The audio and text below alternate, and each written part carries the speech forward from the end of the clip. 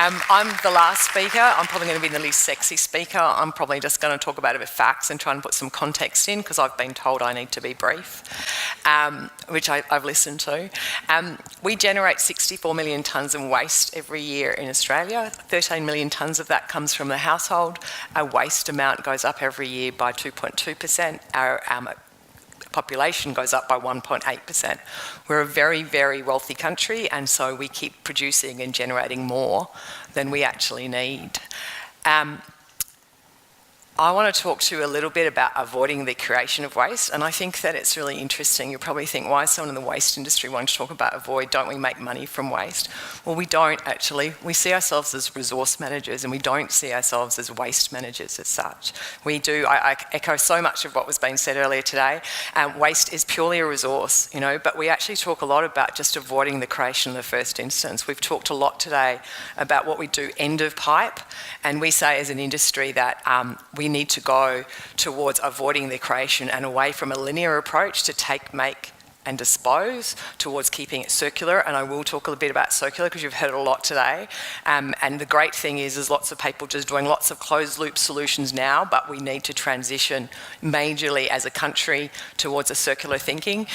We've just had a 2-day conference on circular economy in Melbourne at the MCG, which is a very sustainable building, using its own water, doing the dehydration, the organics that we talked about, lots of natural light, lots of regenerative power. So, you know, we've got lots of great things happening in Australia, but we talked about as an industry, stop actually going in circles and start going circular. So that's got to be our challenge.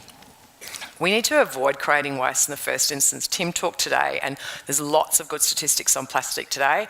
He talked today about how much plastics is single use. 95% of plastics that's produced for packaging is used one time. So essentially we're just creating waste. We have to stop doing that. We know that 6 to 8% of fossil fuel that's used is used for the plastic industry. It blew my mind when I found out that is exactly the same amount as the aviation global industry. So we have choices. We actually have to stop choosing to use single-use packaging.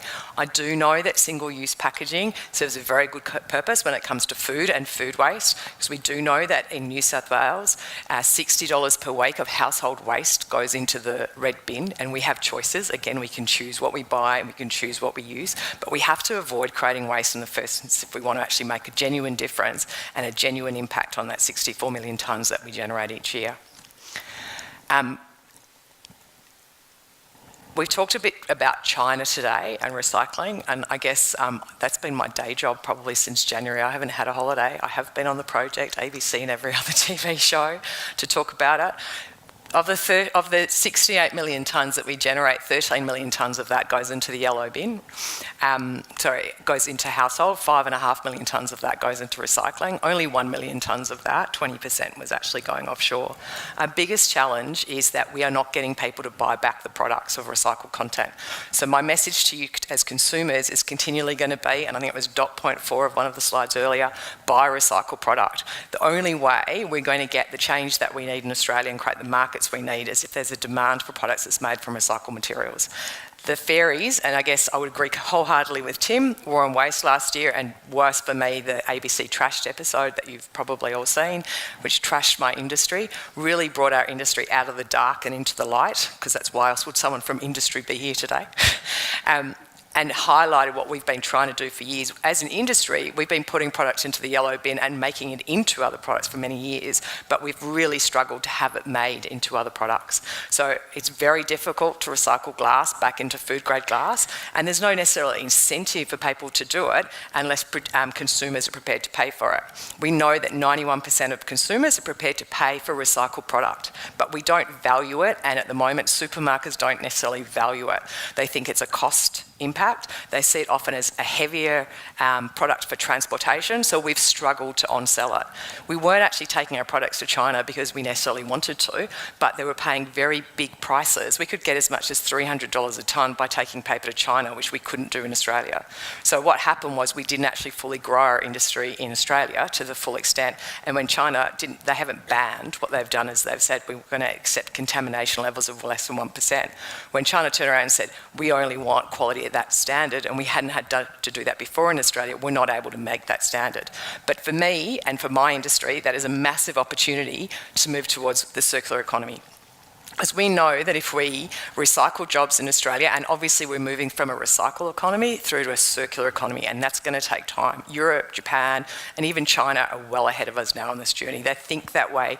You know, they designed for reuse, not recycle, multiple reuse, and that's what we have to do as well.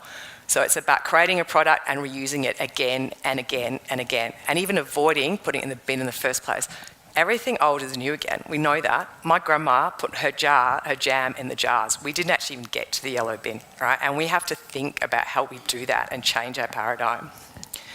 So we need to create jobs in Australia to actually make this markets, we need to create the markets in Australia to create the jobs in Australia, because we know for every 1 tonne of product that we recycle in Australia, we create 1 job. That's a really powerful argument that we're having with government, because they're not too good on the environment argument. They tend to run away from it, but when we can talk to them about it from an industry and an employment job, they're very keen to hear about it. Going circular is not just about recycling over and over though. It's about thinking differently about everything that we do. So it means we have to design differently, yeah? So we design our waste. That's what I think IKEA does well. It's one of the companies that does it very well. We've had a couple of companies this week in Melbourne with us who are doing mind-blowing things. There's a t-shirt company called Citizen Kane. I don't know if anyone's come across them of late. Zoltan from that. They make bespoke t-shirts for the individual, made from 100% Australian fibres, and there is zero waste for that product. They use scraps and respin it into other products, yeah? So they design differently to design at waste and design reuse. They're also doing lifetime repairs. Well, they've been in existence 2 years. They admit they're doing 2 years of repairs so far, but the intention is to keep doing repairs. So it's thinking differently for designing for multiple reuse. And that's where we need to go. So the big challenge we've got as an industry is that we need to get the consumers like yourself to demand these changes from the multi and the corporates.